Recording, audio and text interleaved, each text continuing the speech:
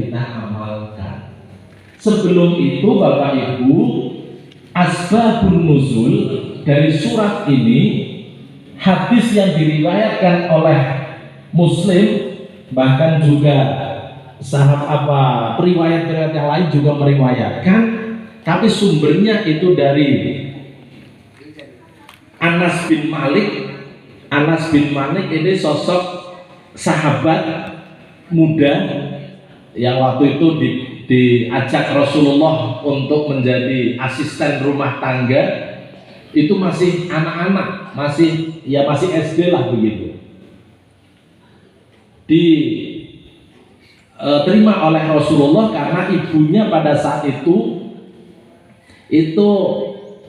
marry dengan ibu-ibu yang lain atau sahabat yang lain untuk mendukung dakwah Islam Rasulullah. Itu kemudian nyumbang, ada yang nyumbang rumahnya, ada yang nyumbang kendaraannya, onta gitu ya, ada yang nyumbang hartanya, perhiasannya dan lain sebagainya.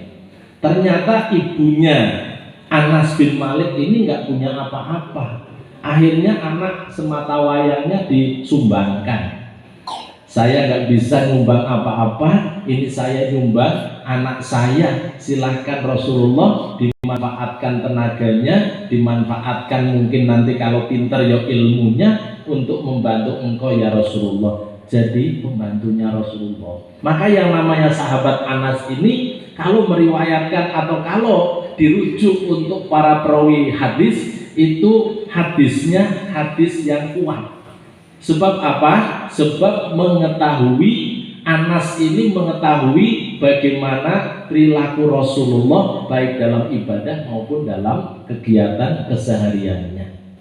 Nah, ketika Rasulullah bersama para sahabatnya dikisahkan oleh Anas ini dikisahkan berada di sebuah masjid. Rasulullah kemudian tertunduk. Bahkan ada sahabat yang mengisahkan seperti Rasulullah kecapean kemudian tidur sedikit sebentar. Ya kalau kita mungkin rada liat lah gitu ya, tidur gitu ya atau ngantuk. Ini Rasulullah seperti tertunduk kemudian seperti orang yang kecapean kemudian tertidur. Tapi ternyata ketika terbangun terjaga, itu Rasulullah malah kemudian tersenyum bahagia. Maka sahabat kan kemudian pada heran, wahai Rasulullah, tadi seperti Rasulullah tertidur kok sekarang tersenyum bahagia, ada apa?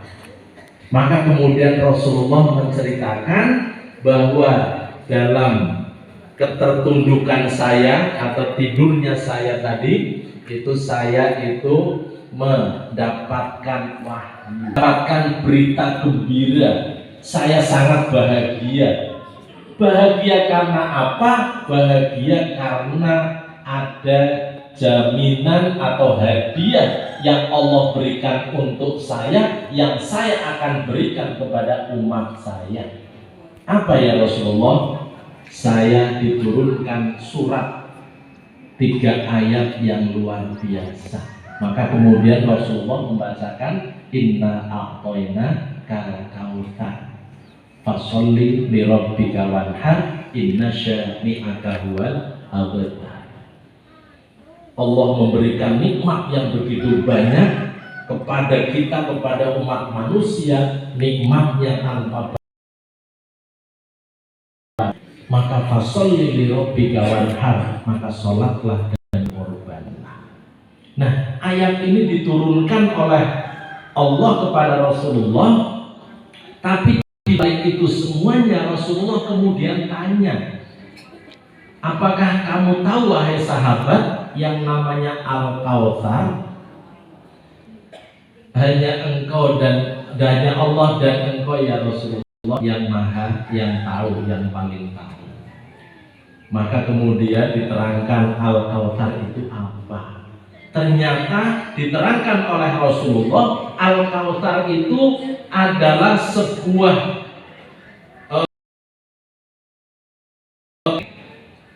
yang ada airnya itu putih, lebih putih daripada air susu. Yang rasanya manis, lebih manis daripada madu. Nah, untuk siapa ya Rasulullah?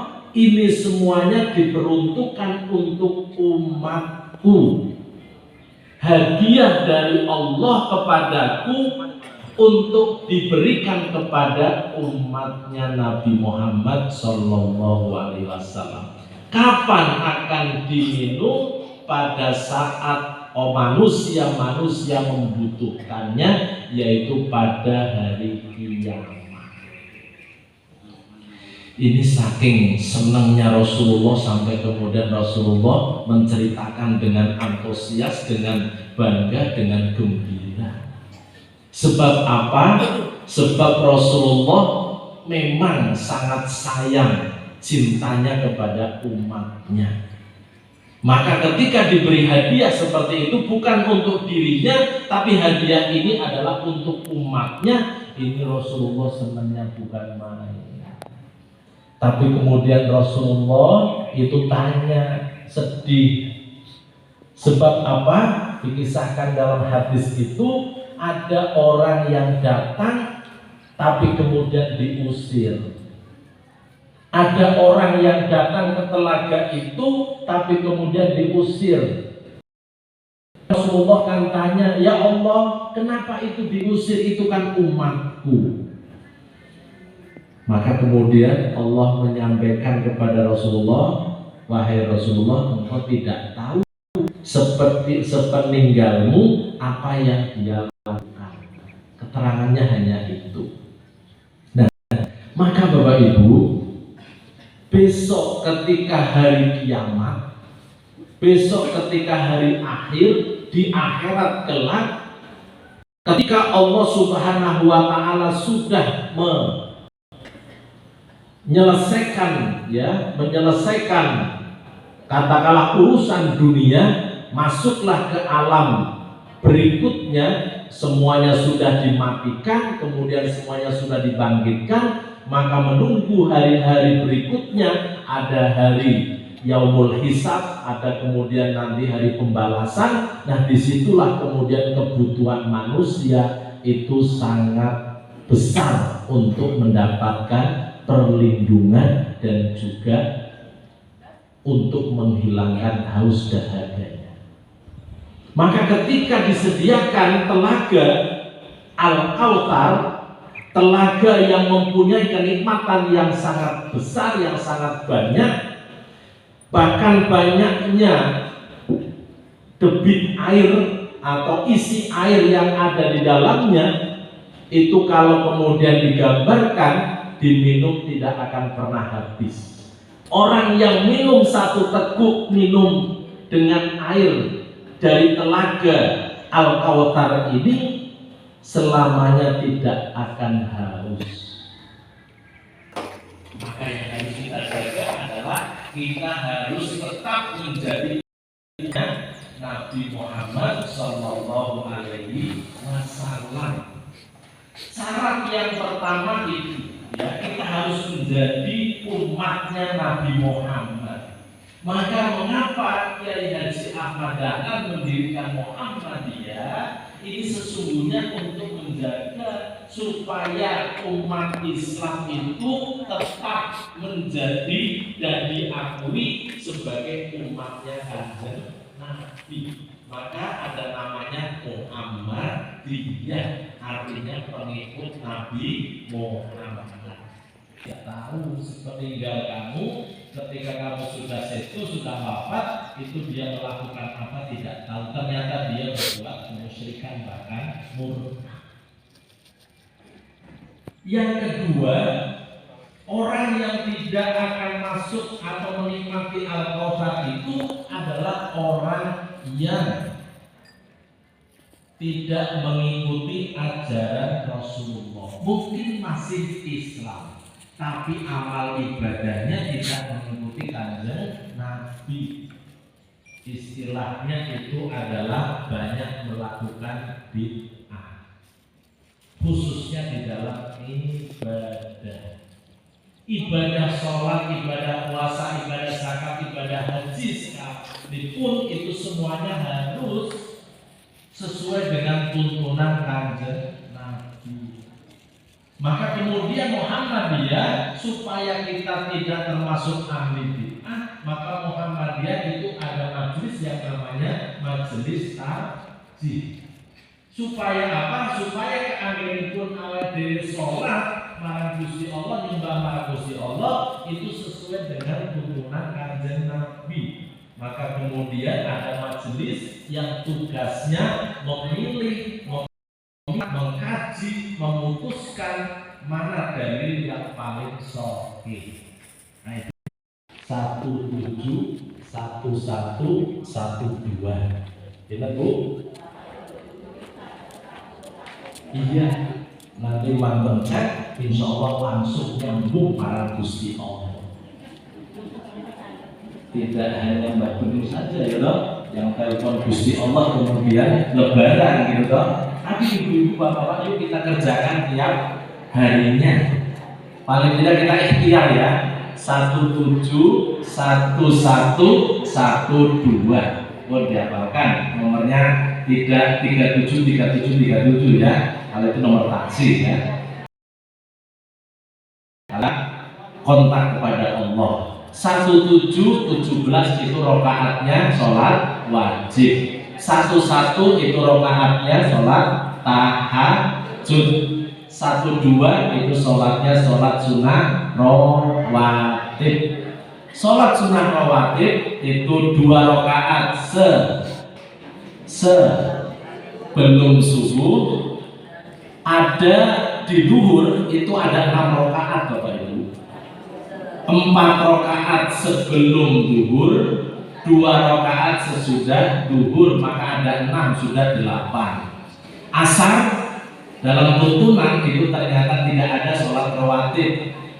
Tapi kalau mau mengerjakan 2 rokaat sebelum asar, tapi itu ghairu muakkadah, bukan rawatib, tapi tidak apa-apa dikerjakan. Tahiyatul masjid, syukur wudu, atau sholat mutlak boleh. Maghrib 2 rokaat sesudah maghrib. Isya sesudah sholat isya ada 2 rokaat. Kita kerjakan, insya Allah mudah-mudahan lancar hubungan kita kepada Allah ya. Syukur kalau bisa sholat duha dan lain-lain sunnah yang lain dikerjakan.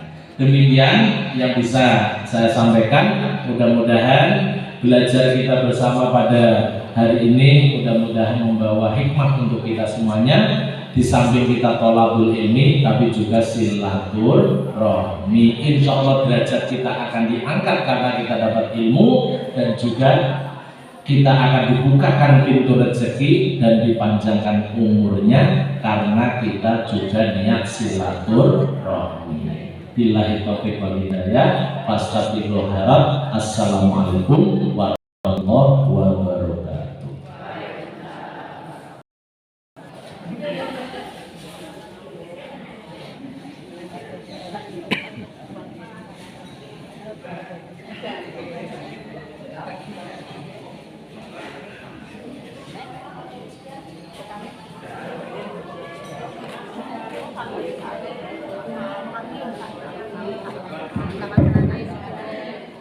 Pribadi tausiah kami yang disampaikan oleh Ustaz Sarjana Sarjana kami ucapkan banyak terima kasih.